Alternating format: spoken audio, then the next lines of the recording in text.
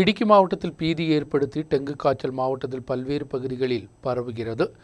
Dengue காய்ச்சல் பரவும் நிலையில் ஜாக்கிரதையாக இருக்க சுகாதாரத்துறை முன்னெச்சரிக்கை வழங்கியுள்ளது.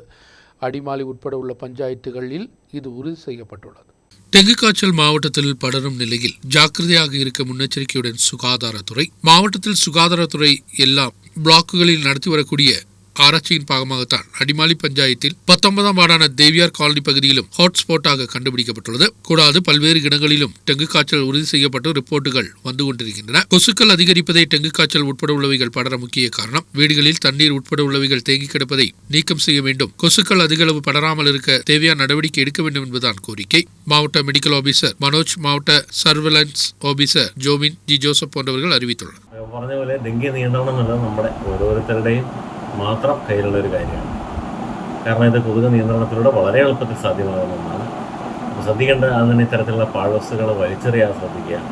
അതുപോലെ നമ്മുടെ വീട്ടിൽ, നമ്മുടെ പരിസരങ്ങളിൽ കൊതുക് വളരുന്നതിനുള്ള സാഹചര്യങ്ങൾ ഒഴിവാക്കുക. ആദ്യം പറഞ്ഞ തരത്തിലുള്ള കണ്ടെയ്നറുകൾ, കൊതുക് വളരുന്ന അല്ലെങ്കിൽ വളരാൻ സാധ്യതയുള്ള സ്ഥലങ്ങൾ ഇതൊക്കെ നശിപ്പിച്ച് അഥവാ ഉറവിട നശീകരണം നടത്തി ഈ കൊതുകിനെ നമുക്ക് കുറയ്ക്കാൻ സാധിക്കുന്നതാണ്.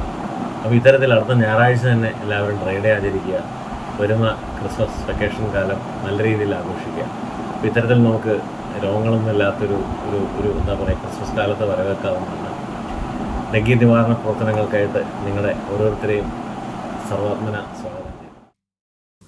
News bureau, Adimali.